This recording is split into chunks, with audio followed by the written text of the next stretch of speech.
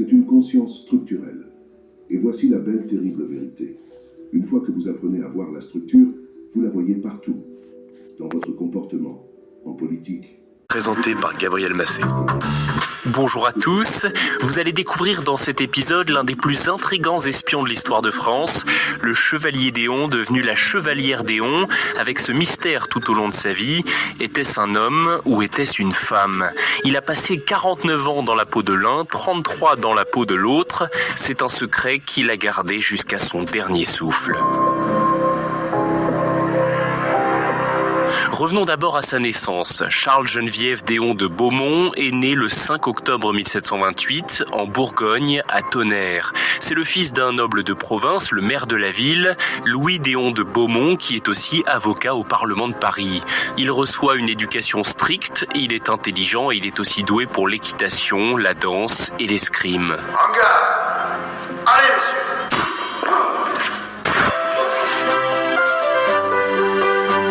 Élève brillant, Charles-Geneviève suit à Paris les cours du prestigieux collège Mazarin, dont il sort diplômé alors qu'il est tout juste âgé d'une vingtaine d'années. C'est aussi un beau jeune homme, et comme il a de l'esprit, il est à l'aise en société. Dans les salons, il s'intègre parfaitement, et c'est à cette période de sa vie d'ailleurs qu'il adopte le titre de chevalier. Certains nobles de son entourage s'étonnent juste parfois de sa tempérance. Il ne recherche pas particulièrement les faveurs des femmes, mais pas non plus celles des hommes, alors qu'il aurait tout d'un remarquable séducteur. Comment est-il ? Très charmant, très gentil, très bien élevé, très bien, un pantalon rouge, vraiment gentil. Oh, très gentil, très gentil. À Versailles, quelques années après être monté sur le trône, le roi Louis XV a mis en place le secret du roi, un réseau d'espions qui lui permet de mener une diplomatie parallèle, discrète, qu'il supervise personnellement. Le secret du roi, c'est un peu l'ancêtre de la DGSE, les services de renseignement français actuels. Par l'intermédiaire du prince de Conti, Louis XV invite le chevalier d'Éon à devenir l'un de ses agents secrets en 1756. Je suis certes agent secret, mais je n'en suis pas moins français. Il existe une légende, très certainement fausse ou exagérée, sur la première rencontre entre le jeune d'Éon et le roi. Je vous la raconte, même s'il est très probable qu'elle tienne bien plus du roman que de la réalité. À l'occasion d'un bal costumé à la cour, la comtesse de Rochefort aurait poussé Charles-Geneviève d'Éon à s'habiller en femme. Au cours de la soirée, Louis XV, charmé par la demoiselle, l'aurait invité à venir dans le petit cabinet du roi pour faire plus ample connaissance, si vous voyez ce que je veux dire. Jusqu'à ce que Charles-Geneviève déclare « À vrai dire, je ne suis pas tout à fait celle que vous croyez ». Pour sa première mission, le chevalier d'Éon est envoyé dans l'Empire russe. Son objectif, poser les bases d'une alliance entre les Bourbons et les Romanov. Pour cela, il doit approcher l'impératrice Élisabeth Petrovna et il entreprend de s'intégrer dans la noblesse russe. Charles-Geneviève d'Éon est indéniablement doué.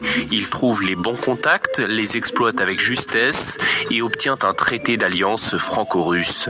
C'est une réussite remarquable. Le chevalier d'Éon retraverse donc l'Europe au plus vite pour annoncer lui-même la nouvelle à Louis XV, avant les émissaires officiels. Voici le document, Majesté. Le roi le félicite, c'est une consécration pour d'Éon. Il reçoit aussi de Louis XV un cadeau, une tabatière en or. Il se voit également élevé au rang militaire de capitaine de dragon. Sire, aucun homme dans votre cour ne vous est plus dévoué que moi. J'ai donné mon arme et mon cœur au service de votre divine destinée. Alors vous avez peut-être déjà entendu une version différente de cette histoire en Russie. Dans ses mémoires, le chevalier a raconté y être allé déguisé en femme, en prenant le nom de Lia de Beaumont et en devenant la lectrice favorite de la tsarine Élisabeth Petrovna. Toutefois, cela ne tient pas, il existe différents éléments et témoignages qui prouvent le contraire. En fait, on le sait, d'Éon a lui-même romancé sa vie, créant autour de son personnage de nombreux mystères. Pendant la guerre de 7 ans, le chevalier d'Éon s'est illustré au combat. Blessé à plusieurs reprises, il recevra pour cela une croix de Saint-Louis. Cette guerre, que l'on peut considérer comme le premier conflit mondial, a duré de 1756 à 1763. Elle va coûter extrêmement cher à la France, défaite par l'Angleterre et la Prusse. D'Éon est alors de nouveau envoyé en mission, cette fois à Londres, en quête d'informations qui pourraient aider la France à négocier le meilleur traité de paix possible. Le traité de Paris sera sera un terrible coup porté à la puissance mondiale française, qui perd à ce moment-là une grande partie de ses territoires coloniaux, dont le Canada. Oh, le coup dur. J'arrive pas à y croire. Après ce cuisant échec, Louis XV veut sa vengeance.